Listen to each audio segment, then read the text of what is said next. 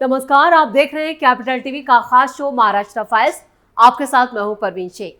आपको बताएंगे क्यों महाराष्ट्र में उद्धव से नाराज हैं लोग, क्यों राज ठाकरे ने उद्धव पर साध रखी है चुप्पी, पाकिस्तान पर क्या बोल गए डिप्टी सीएम अजित पवार, फडणवीस के 100 दिन के रिपोर्ट कार्ड में क्या है खास, और फिल्म फूले पर क्या है चिट्ठी पॉलिटिक्स। इसके अलावा जानेंगे कौन किसे दे रहा है चुनौती, कौन किसकी बढ़ा रहा है टेंशन। साथ ही आपको इन सभी खबरों से कराएंगे रूबरू। लेकिन तमाम बड़ी खबरों में आगे बढ़ने से पहले एक नजर डालते हैं महाराष्ट्र की टॉप हेडलाइंस पर। पहलगाम हमले पर उद्धव की पार्टी के सवाल उठाने पर भड़के लोग, वहीं महाराष्ट्र स्थापना दिवस और पहलगाम पर विदेश गए उद्धव की हुई फजियत। विदेश लौटने के बाद राज ठाकरे ने उद्धव ठाकरे पर साधी चुप्पी, बीजेपी ने साधा निशाना। पहलगाम हमले पर अजित पवार गुट का बड़ा बयान, केवल सर्जिकल स्ट्राइक से कुछ नहीं होगा बल्कि दुश्मनों पर होगी स्ट्राइक। मुख्यमंत्री देवेंद्र फडणवीस की महायुति सरकार ने पहले 100 दिन के काम का रिपोर्ट कार्ड किया जारी, मंत्रियों के कामकाज की समीक्षा पर मिले नंबर। फिल्म फूले को महाराष्ट्र में टैक्स फ्री करने की मांग, शरद पवार के नेता ने सीएम फडणवीस को लिखी चिट्ठी। खबरों में सबसे पहले बात उद्धव ठाकरे की हो रही किरकिरी की। पहलगाम हमले के बाद विपक्षी नेताओं की लगातार बयानबाजी को पाकिस्तान हथियार की तरह इस्तेमाल कर रहा है। दोनों देशों के बीच चल रहे तनाव के बीच जिस तरह से विपक्षी राजनेताओं की बयानबाजी सामने आ रही है, उससे पाकिस्तानी संसद में उठाकर प्रधानमंत्री नरेंद्र मोदी के खिलाफ पाकिस्तान जहर उगल रहा है। पीटीआई के सीनेटर सैफुल्लाह अब्रू ने अखिलेश यादव की समाजवादी पार्टी और आम आदमी पार्टी का जिक्र करते हुए कहा कि इंडिया में विपक्षी पार्टियां ही मोदी की मजम्मत यानी विरोध कर रही हैं, कोई उनका साथ नहीं दे रहा है। सीनेटर सैफुल्लाह अब्रू ने यह भी कहा कि पूरी इंडिया की अपोजिशन पहलगाम हमले की मजम्मत कर रही है, चाहे वो दिल्ली की आम आदमी पार्टी हो या फिर उत्तर प्रदेश की समाजवादी पार्टी, कोई मोदी का साथ नहीं दे रहा। सभी विरोध कर रहे हैं, किसी ने मोदी को सपोर्ट नहीं किया। सभी ने कहा कि ये तुम्हारा वाकया है, तुम पहले ही मुसलमानों के खिलाफ हो और अब तुम्हें अपने आप को ढकने के लिए कोई ना कोई कवर चाहिए। वहीं इस नाजुक वक्त में महाराष्ट्र से गायब उद्धव ठाकरे की पार्टी के मुखपत्र सामना में भी मोदी सरकार के खिलाफ जहर उगला गया है, जिस पर अब महाराष्ट्र के लोग भड़क गए हैं। वहीं अब तक उद्धव ठाकरे विदेश में ही हैं, जिस पर सवाल उठ रहे हैं कि मोदी पर उंगली उठाने वालों के नेता जो हैं वो विदेश में क्या कर रहे हैं। वो छुट्टियों का मजा उठा रहे हैं और देशभक्ति का पाठ यहाँ पढ़ा रहे हैं। 1 मई को महाराष्ट्र स्थापना दिवस पर भी उद्धव महाराष्ट्र में मौजूद नहीं थे, जबकि डिप्टी सीएम एकनाथ शिंदे ने ध्वज फहराया था और महाराष्ट्र स्थापना दिवस के कार्यक्रम में हिस्सा लिया था। इधर उद्धव के मुखपत्र सामना में प्रधानमंत्री मोदी की सेना को खुली छूट देने के फैसले पर सवाल उठाए गए हैं। पहलगाम हमले के बाद यह फैसला लिया गया, लेकिन शिवसेना का मानना है कि पाकिस्तान पर कार्रवाई करने की रणनीति साफ नहीं है। सामना में इंदिरा गांधी और जनरल मानेकशॉ के 1971 के युद्ध के उदाहरण का जिक्र करते हुए शिवसेना ने सरकार के सुरक्षा दावों पर भी सवाल उठाए। सामना की संपादकीय में लिखा गया है कि पहलगाम में हुए हमले का बदला कैसे लेना है, इस पर प्रधानमंत्री नरेंद्र मोदी ने तीनों सेनाओं को पूर्ण अधिकार दे दिए हैं। पाकिस्तान को मुंह तोड़ जवाब देने की जिम्मेदारी सेना को सौंपी गई है। अब समय और लक्ष्य क्या होगा, ये भी तय करने का अधिकार सैन्य बलों को दिया गया है। पाकिस्तान के संदर्भ में क्या कदम उठाना है, इसका निर्णय प्रधानमंत्री मोदी राजनीतिक इच्छा शक्ति के आधार पर खुद भी ले सकते थे। आखिरकार मोदी प्रधानमंत्री हैं और वो लगातार पाकिस्तान को सबक सिखाने की बात करते आए हैं। आगे लिखा गया है कि रक्षा मंत्री राजनाथ सिंह भी पाकिस्तान के विषय में आक्रामक रुख दिखाते हैं और घर में घुसकर मारने की बात कहते रहते हैं। लेकिन जब अब निर्णय लेने की बारी आई, तब भारतीय सेना पूरी छूट उसको दे दी गई। घर में घुसकर मारना है या नहीं, ये स्पष्ट नहीं है। उद्धव की पार्टी के इस अखबार में जिस तरह से मोदी सरकार पर सवाल उठाए गए हैं, उससे न सिर्फ यूबीटी की फजियत हो रही है, बल्कि लोगों का गुस्सा भी उद्धव ठाकरे पर फूट पड़ा है। जब एकजुट होने का वक्त है, उस वक्त भी विपक्ष जो है वो अपनी गंदी राजनीति से बाज नहीं आ रहा है।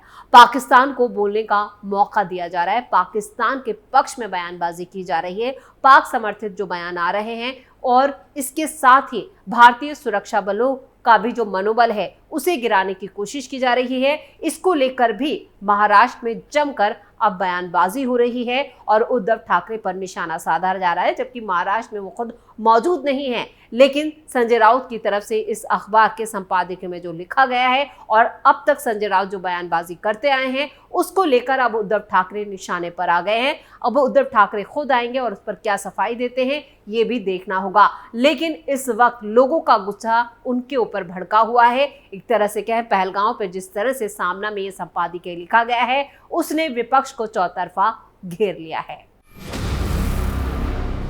और खबरों में आगे बढ़ते हैं, बात राज ठाकरे की। एमएनएस प्रमुख राज ठाकरे और शिवसेना के अध्यक्ष उद्धव ठाकरे के एक साथ आने की अटकलें तेज हो गई हैं।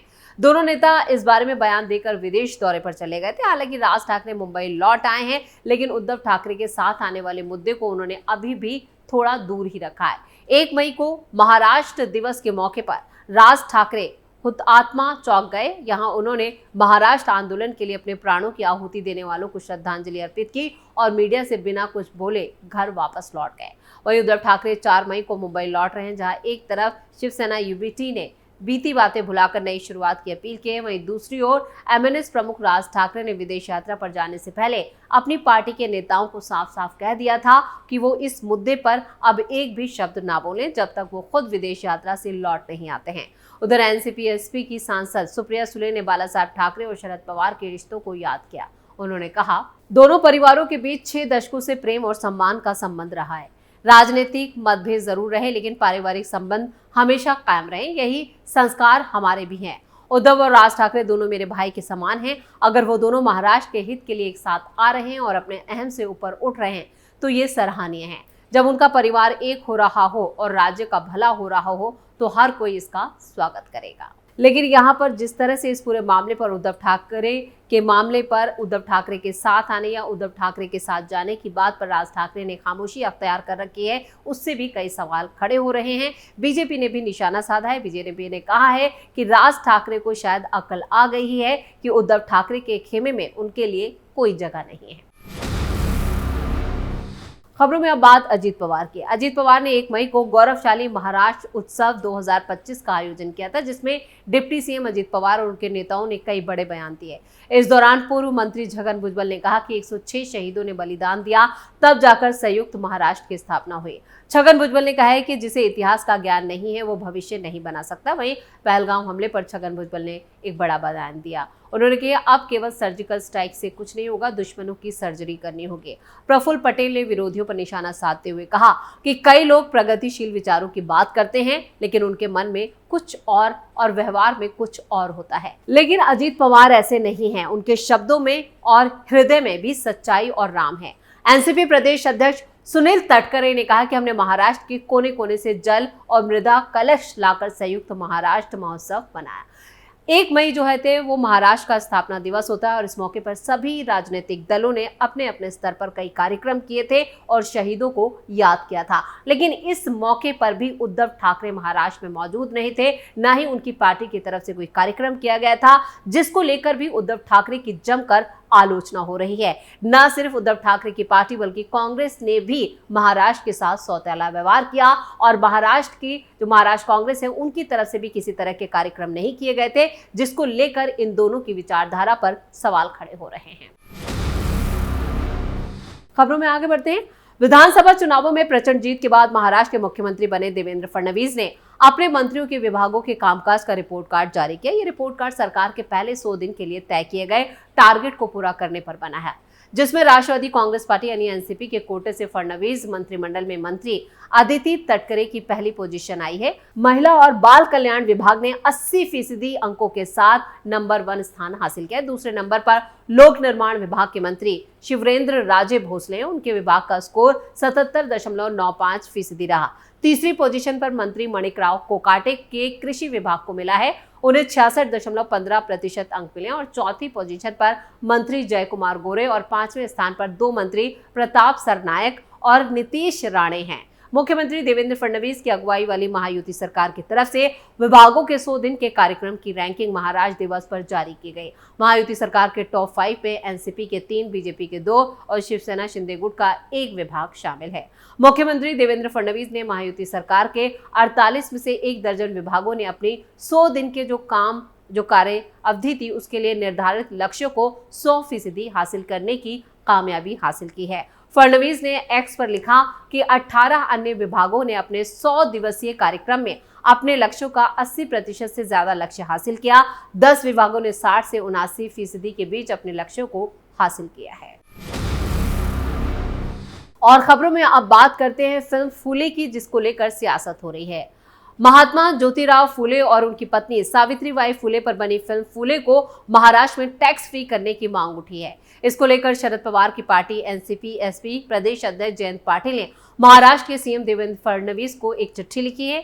फूले फिल्म को अनंत महादेवन ने डायरेक्ट किया है और इसमें महात्मा ज्योतिराव फूले और सावित्रीबाई फूले के संघर्षों को बखूबी दर्शाया गया है। आज के वक्त में अगर महिलाएं पढ़ पा रही हैं, ज्ञान अर्जित कर पा रही हैं और नौकरी करके अपने पैरों पर खड़ी हो रही है, तो इसका श्रेय ज्योतिराव फूले और सावित्रीबाई फूले को जाता है। इस फिल्म से आपको मालूम चलेगा कि 1840 के दशक में जब ब्रिटिश पूरी तरह से भारतीयों पर हावी थे, तब महात्मा फूले ने किस तरह ज्ञान पाकर अपने समाज की सेवा में लगाया था।